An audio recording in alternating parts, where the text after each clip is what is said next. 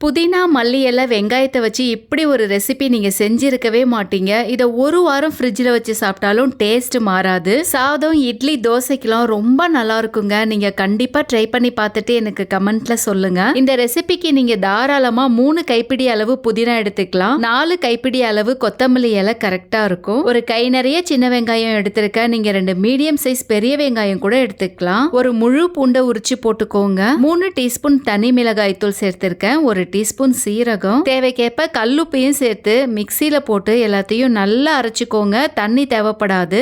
கடாயில 3 table spoon நல்லெண்ணெய் ஊத்திக்கோங்க. எண்ணெய் நல்லா காஞ்சதும் 1 டீஸ்பூன் கடுகு, 1 டேபிள் ஸ்பூன் கடலைப்பருப்பு போட்டிருக்க. நீங்க கூடவே உளுத்தம் பருப்பு கூட சேர்த்துக்கலாம்.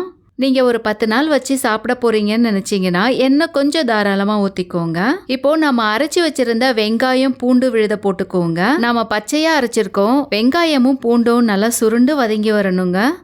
மேலே எண்ணெய் கசிஞ்சு வந்ததும் நாம கிளீன் பண்ணி வச்சிருக்கிற புதினா, கொத்தமல்லிய பொடியா கட் பண்ணிட்டு சேர்த்துக்கோங்க. அப்படியே இலைகளா கூட சேர்த்துக்கலாங்க. ஆனா அரைச்சு போட்டுறாதீங்க, டேஸ்ட் மாறிடும். ஒரு 2ல இருந்து 3 நிமிஷம் வதங்கினாலே போதும். இந்த அளவுக்கு சுருண்டு வந்துரும். செய்யறது ரொம்ப ஈஸிங்க. இதை செஞ்சு ஒரு கண்ணாடி பாட்டில்ல போட்டு ஸ்டோர் பண்ணி வச்சிட்டீங்கன்னா பட்டுன்னு ஒரு இட்லி தோசையை ஊத்தி தொட்டுக்கலாம். சாதத்தோட ரொம்ப ரொம்ப நல்லா இருக்குங்க. கண்டிப்பா ட்ரை பண்ணி பாருங்க. என்னோட வீடியோஸ் உங்களுக்கு பிடிச்சிருந்ததுன்னா ஃபாலோ பண்ணிக்கோங்க. நிறைய இன்ட்ரெஸ்டிங்கான ரெசிபிஸ் நம்ம சேனல்ல இருக்கு.